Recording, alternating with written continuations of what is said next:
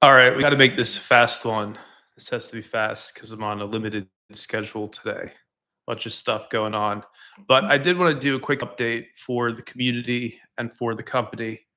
And this going away in June and possibly August and July also. Possibly a hiatus that lasts for many months. I don't know yet. It might last for 20 days. I might go out in the wilderness or go to Europe or something and decide after 20 days that I'm good to podcast again and that I've kind of cleared my palate. Or maybe I'll go to Iceland. Some people have said it's really nice in Iceland. Uh, Somewhere where I can, burn a little jet fuel and spend some time by myself. I've never been more burned out on other people, not calling out anybody in particular. But it's like humanity does this thing where it's like the crabs in the pot scenario. Bunch of crabs in a crab pot, and one crab tries to summit, right? Tries to crawl out of the pit, Dark Knight style. And the other crabs don't allow that one crab to summit. They grab him by the claws and drag his ass back down. And I feel like that's what we're doing in the 2020s when we don't need to. Like if somebody is in a state and they're using like cannabis and it's legally bought, leave them alone, period. If somebody's not in a formal relationship, but they're raising their kids, leave them alone. We've become this crazy, judgmental, weird, overly in each other's business since the pandemic, in particular, since the pandemic, to where dealing with other people is almost annoying. I thought after COVID, some of the bureaucracy would go away when you deal with like a state government or a huge company. I just thought some of this shit would fall to the wayside. Like life is short, the little things don't matter that much.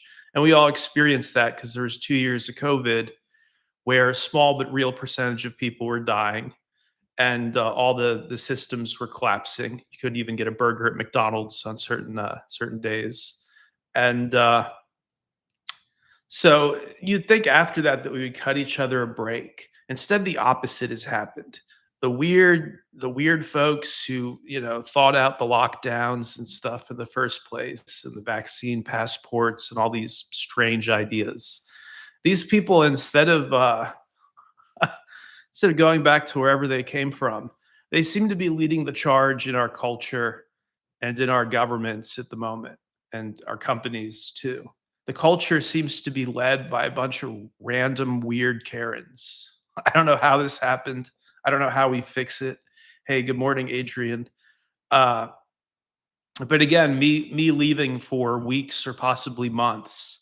I don't want people to say, "Where did he go? Where is he? Where is he?" And these weird these weird engagement farmer threads on Twitter where it's just some fucking weird fairy tale about my life. It's not true at all. And so we put out some videos actually telling people what I've been working on the last several years and what happened to my platforms and stuff. And I feel like that's where we should be in the 2020s. It's like very logical, very open, very transparent with each other. Not dishonest, not frantic and dishonest. Where is he? Where is he? When I've been publishing nearly every day on my Substack for the last 3 years, you know? So I think we need to be more honest to each other. What's up with just like randomly gaslighting people and thinking that the other person is not smart enough to discern what you're trying to do? So again, me leaving is not a crash out. I feel like since January of this year, we've put up all the content on this channel that we've wanted to put up with literally no interference. Google back in January sent that Clearwater's notice letter to me, and they've honored that. They've let me cover the topics that are important to me without any interference. And all that content is up there. You guys can re-upload it on your own channels if you want. You can discuss it. You can comment away. But uh, it's like the other people who are media and influencers and the other big content creators. Their collective head is in some totally different place from where I'm at. And that's okay, right? Like I'm always 5 to 10 years ahead of where most people are. That's just how fulcrum It's just how the dice roll for Fulcrum, right? We tend to be ahead of the curve. And so if every UFC fan, Joe Rogan listener who is, paying their fees for the HOV lane and paying their HOA fees and being a good Christian in church or whatever and being good to their community. The last thing that person really needs is my worldview, my perception of the world. That's the last thing that person needs. So again, as I said the other day, it would be some kind of weird tragedy if the ideas and technologies that Fulcrum champions, it'd be some kind of total tragedy if these weird low-level normies, if all these normies in Whoville understood what we were talking about at a deep level. I think it would be bad for them, and I think in a sense it would be bad for us. So I'm not unhappy about the numbers aren't bigger. The numbers that actually matter, capital is I'm perfectly satisfied with, right? The fame hasn't fully come back. But again, Google's been super good about letting me cover every single topic that I've wanted to cover since January, to the point where me and my team are literally exhausted. Me and Missy are exhausted. We're ready to travel, ready to enjoy this summer. But the average mind out there right now is like trying to decide, actually better than average. Look at Bill Ackman, billionaire Bill Ackman, this big hedge fund guy who has, it seems, a lot of influence with the Trump camp. Bill Ackman is like waking up in the morning and trying to discern if this is a good quarter for Chipotle. I'm not kidding. This fucking billionaire in New York City who's politically connected, probably one of the most powerful people aside from like Ken Griffin and Larry Fink and these other finance titans, Jamie Dimon to some extent. So interesting. Big money, do not give in to panic. I don't know what you mean by that, but nobody is giving in to panic. uh yeah, so good morning, hater proof. Good morning, V. Everybody else, good morning. Somebody says Fulcrum was taking off to pass through the fire of censorship is a badge of honor. Very glad to see. Talent can move and change. Hey, thank you. I appreciate that. But yeah, what I was trying to explain here is like the average influencer and even these smart people, supposedly smart in finance, are trying to decide what's a better racehorse this quarter, Chipotle or Target or Airbnb. And it's like we're in a war. We're in an age of war. A third of Russia's air fleet, nuclear capable air fleet, was wiped out by drones that cost like $400 each. We're in the midst of a war.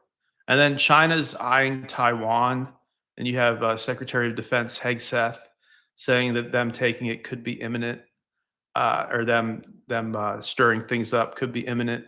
And also his jet, the tail number that's assigned to him, people track all this stuff. Hegseth's jet went out to Area 51 the other day, so probably checking out the most high-tech bombers and stuff that we have. Probably kicking the tires, getting our little green men ready for war. No, so I don't understand. Like again, it's people arguing about weird culture war stuff that nobody cares about. And it's Tim Pool with his little beanie on, just streaming away for hours. And then it's the supposedly smart people, again, deciding if Chipotle's earnings are going to be good or not this quarter. And see, we're in a fucking war. I'm looking at gold charts and like where to live if the nukes start flying, you know, not quite, but pretty much. Like, so again, I want to tune all this shit out because I feel like something is happening here that's so dishonest, so collectively dishonest. And it goes back to what I was saying at the very beginning of this ramble, which is that after the pandemic, instead of everybody backing off, everybody giving each other a little bit more space, metaphorically, not physically, not the 6 foot thing, but just letting everybody else live. Instead of that, these bureaucracies and these Karens, they got even more anal. They got even more weird about everything. There's even more rules than there were before the pandemic regarding everything.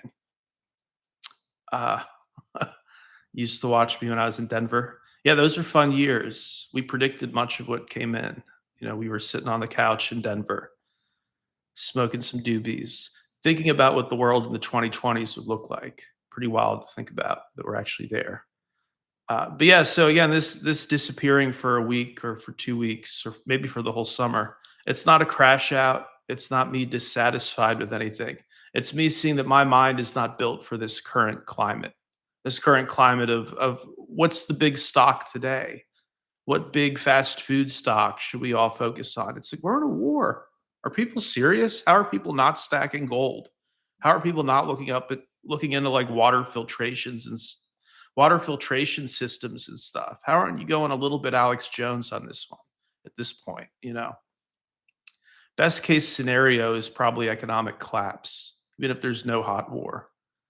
Look at a recession and economic collapse. And it seems like the Trump people are trying to rush out this prosperity, trying to rush out these prosperous feelings. But between the tariffs and between Russia not backing down, I don't think we're in for a real prosperous run. I really don't. And again, I don't want to be this media pundit who's basically lying to people. I think these fucking people who are sitting here telling you, what's more important today, Hershey's or Walmart or Doritos, the company that makes Doritos. So are you serious? We're in a war. You folks on CNBC are talking about the Doritos profit margin, and we're in a war. How is the war going to affect the blockchain?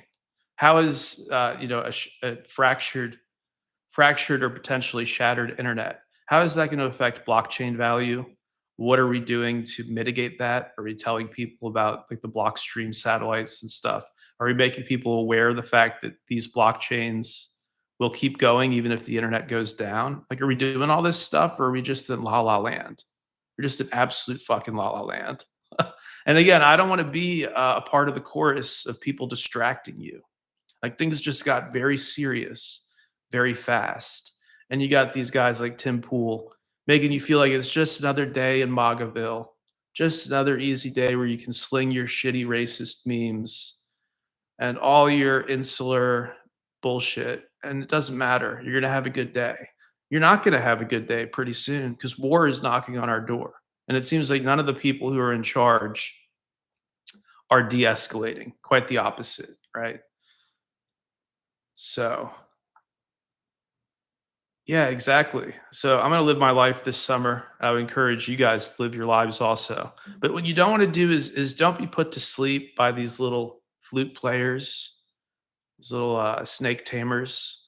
Oh, we're in a great economy right now. Everything is so settled that we can argue about whether or not Chipotle is profitable enough. Everything else in our world is so settled and so sound that we can read Bill Ackman's stupid tweets all day. No, we're in a war. Wake up, folks. Wake up, Neo.